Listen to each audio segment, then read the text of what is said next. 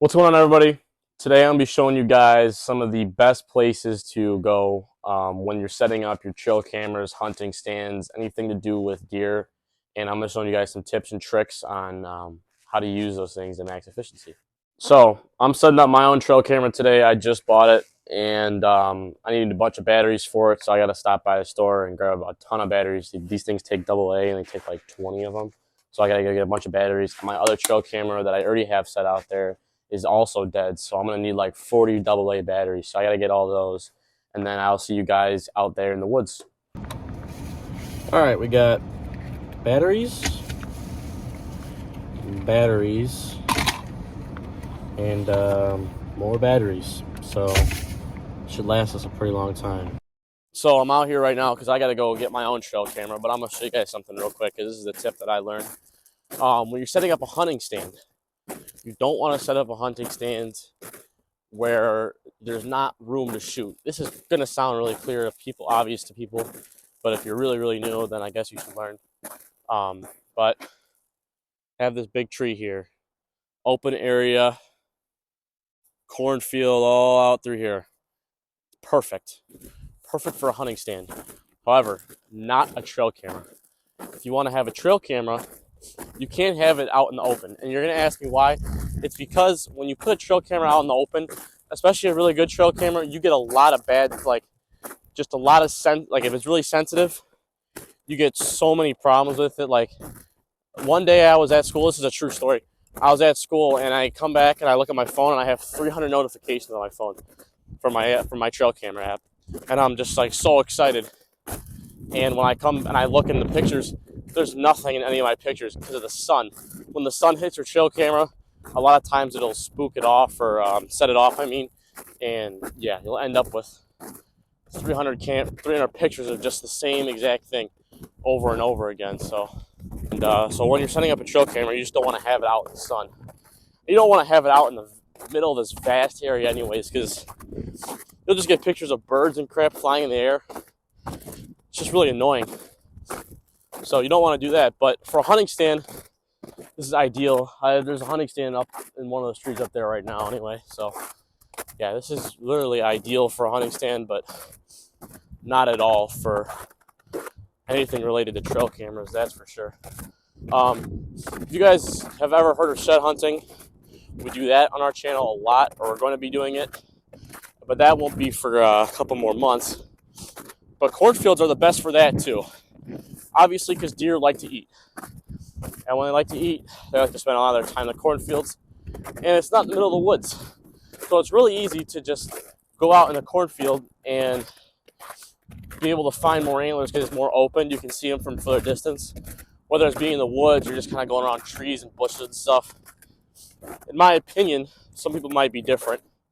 In my opinion, antlers are way easier to be seen when you're out in a cornfield or an open area. And I'm kind of looking. I'm not really shed hunting right now because it's really early in January, but it's been super cold. There's been a lot of snow. The deer have been under a lot of stress. So it's possible that there could be an antler or two around here, but I don't think so. I'm just going to keep on looking anyway. Not really looking, just kind of going out. I see a few deer all the way out there. Oh, there's a lot of them. There's a few deer in the forest over there where my camera is, but my camera's dead. So I didn't pick anything up. But I just saw a ton of deer run right on the edge there. They probably saw me. So now they're all running. But there's a ton of deer out here, so yeah.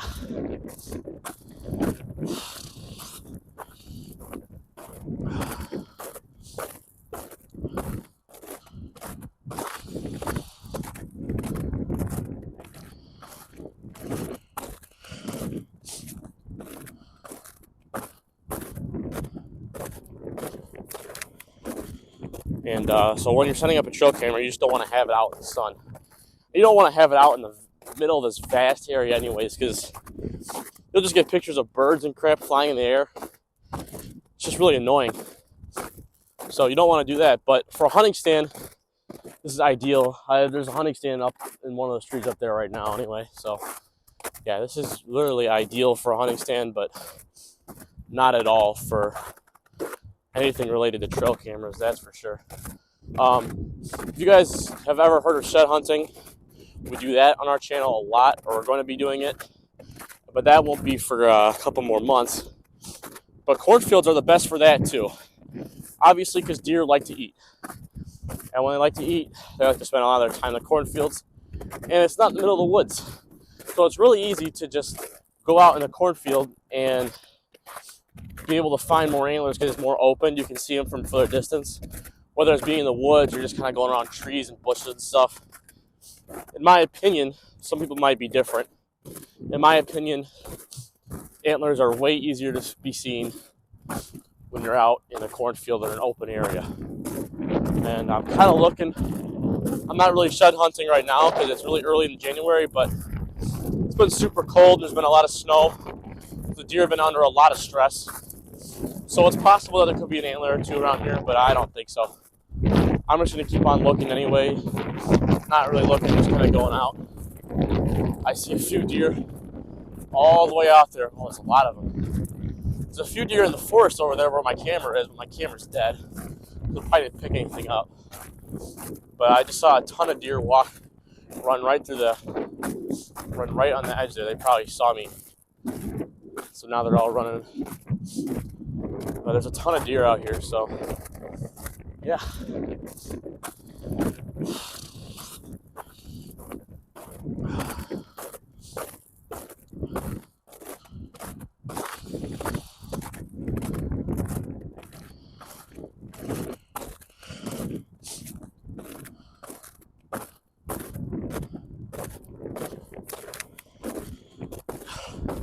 All right, we're almost out. It's out of this big vast of nothing. Almost in the woods. And get my trail camera and get back in the warm car. All right, so camera should be in here somewhere. You see, there's a lot of deer tracks, a lot of deer poop too. It's kind of disgusting, but whatever. Here's my camera right here. Looks like been a lot of activity here too, which kind of makes me mad because my camera's been out for a couple days. I mean, there's so many tracks out here, man. Looks like they even bedded down literally right here, right next to the camera. It's unfortunate that I missed it all, but what can you do, I guess? It's a ton of tracks in here. Well, I had some pretty good bucks on here during the rut. So it's unfortunate, but go and grab this camera and set up a new place. Literally, like an inch of ice is just stuck on this camera. Yeah, I don't know. This thing's gonna need some drying out in the car, which it'll get. But wow, yeah, it's been freezing here. It's been like negatives all week and last week. That's why I couldn't get out here earlier. Here's a better like picture of it. You can kind of see. I mean, it's just like that's like all ice right there. It's like really reflecting too, just covered in ice. It's kind of really weird looking, but all right, got our camera. Now it's time to go out and get out of here, get out of this cornfield, and we're gonna go to a new spot. All right, guys. Well, it's I don't know if you guys noticed, but it's dry now, and that's because this mic that I have decided it wanted to stop recording all of my clips from the other week. It's been about a week now, and it decided to stop recording all the clips. I had like 30 minutes of video that I was gonna show you guys. I put the trail cameras up, and I was just, going over the regular stuff.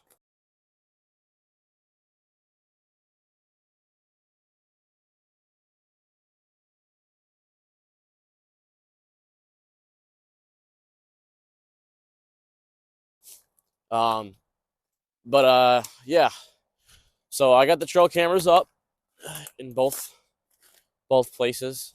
But today I wanted to continue the video. I think it's still a good idea. And I gotta fix one of my cameras because I never attached my one camera put on the rope, or I attached it to the tree. I didn't attach it like well enough, I guess. And deer came over and it was like sniffing it, and then it knocked it. It like knocked my camera like halfway down the tree.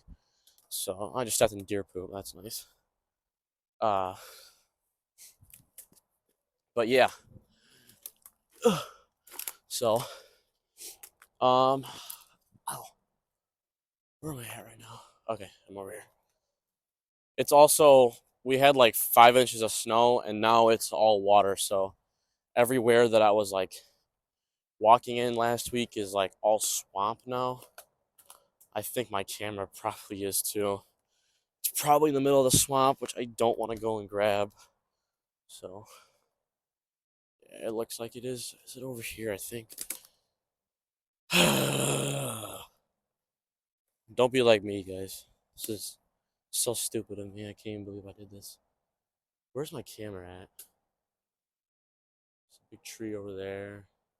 All right, guys. Well, I found my camera. It's still hanging up in a tree. It's literally right in front of me. I don't know how I didn't see it. I don't know if you guys can see it, but it's like right. It's that first tree right there. It's just attached to the ropes. I don't know if you guys can see it. But I readjusted it. It wasn't like it was. It didn't look like the deer like knocked it down. It looked like it just like moved it a little bit. And I think on my like, but it moved like where the camera was, like where I was taking pictures.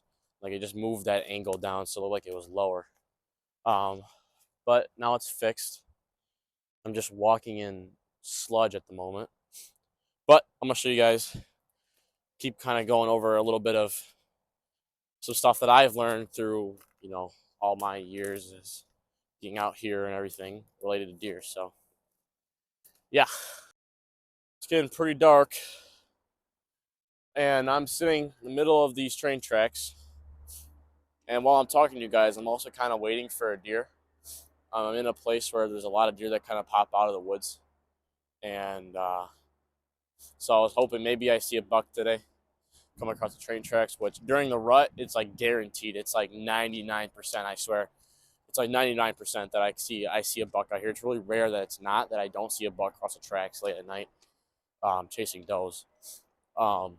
So for us, right now, it's all swamp, obviously, because of the snow and stuff. But right over here is like, so the cornfield is like all the way down there, right? And then they use this like middle forest to walk. And then typically over here is where I see them going a lot at night to bed. It's a lot of tall grass over there, and I really think they like to bed over there. I hardly ever see deer when they cross the tracks. They're always going from left to right and never right to left. I'm pretty sure that's why, because of the bedding. I have no idea. I couldn't think of anything else, like any other reasons why they would do that. So that's just kind of what I've picked up on here, and it's different for everywhere. Obviously, not every place has has train tracks going right through the middle like I do. We're lucky, just to kind of have, it's like a really straight shot view, everything. So, yeah. I think I said it the other day, and I wish I could go over there again, but I put my camera right in this thicket over here, and you just see. But what you guys see is all this rubble, and then you see these pine trees.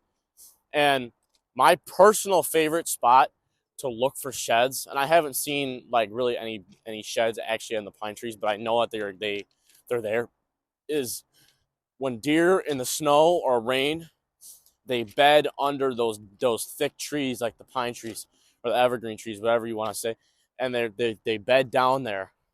And I mean, in the snow especially, you can really tell. You can see all their tracks just going, and then they'll just see that the snow is like really padded down, like multiple deer are just sleeping under these pine trees late at night. And during shed hunting season, when they wake up in the morning, oftentimes they'll get up and they'll knock their antlers on the tree and just fall right off. And I've seen plenty of clips on YouTube. Out here, I haven't gotten one under a pine tree yet, but I know that I will eventually. That's like one of the things, like I can guarantee that at some point in my life out here, I'm going to find a deer antler under one of these pine trees. And that's just like something that I know, because I've seen so many videos of people just grabbing them from right under there. There's like huge sheds I'm waiting for the day that it happens to me, but you know, gotta keep waiting, I guess.